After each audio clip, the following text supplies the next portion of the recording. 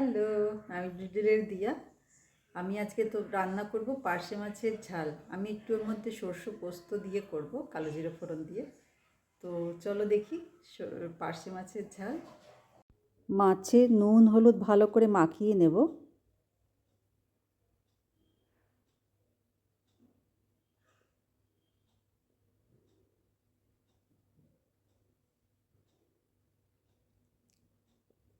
আমরা একটা মশলা তৈরি করব।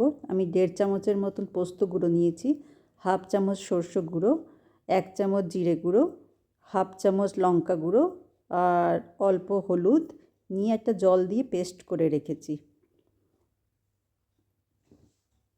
কড়াতে তেল গরম করে আমি এটা নন স্টিকে নিয়েছি, মাছগুলো যদি লেগে যায়।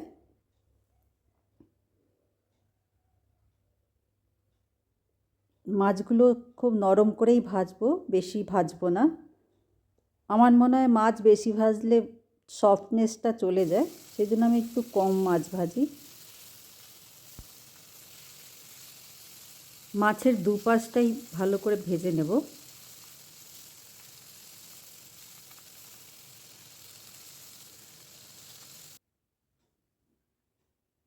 মাছ ভাজা প্রায় হয়েই এসছে।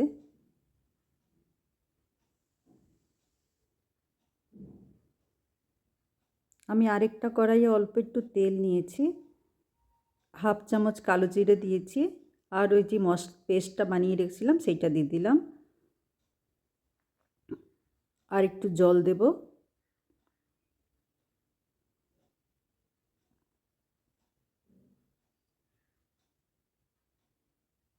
তিন চারটা কাঁচা লঙ্কা দিয়ে দেবো এই সময়। মিডিয়াম আঁচ রেখেই কষাবো মশলাটা।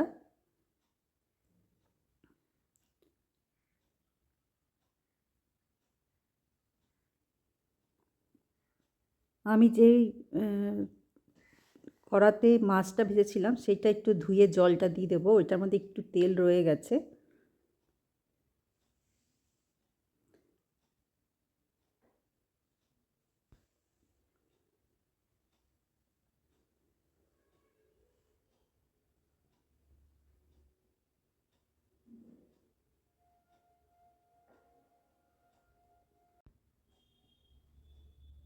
কষাতে কষাতে তেলটা যখন বেরিয়ে আসবে সেই সময় বুঝতে পারবো মশলা কষানো হয়ে গেছে।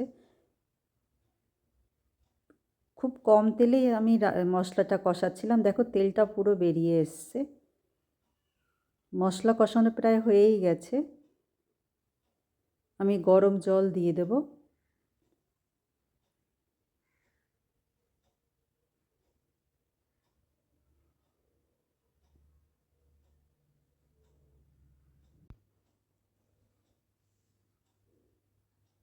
জল দেওয়ার পর একটু নুন দেব। ঝোলটা ভালো করে ফুটে উঠলে মাছগুলো দিয়ে দেব।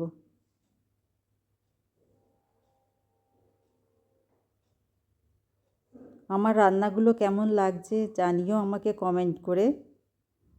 তোমরা দেখো কিন্তু কমেন্ট কেউ করো না, প্লিজ কমেন্ট করো।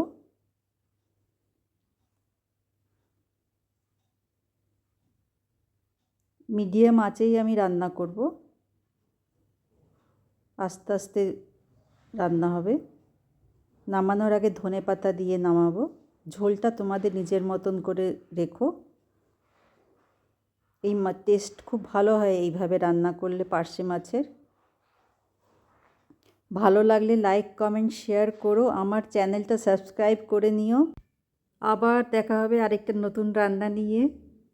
ভালো থেকো, সুস্থ থেকো, টাটা।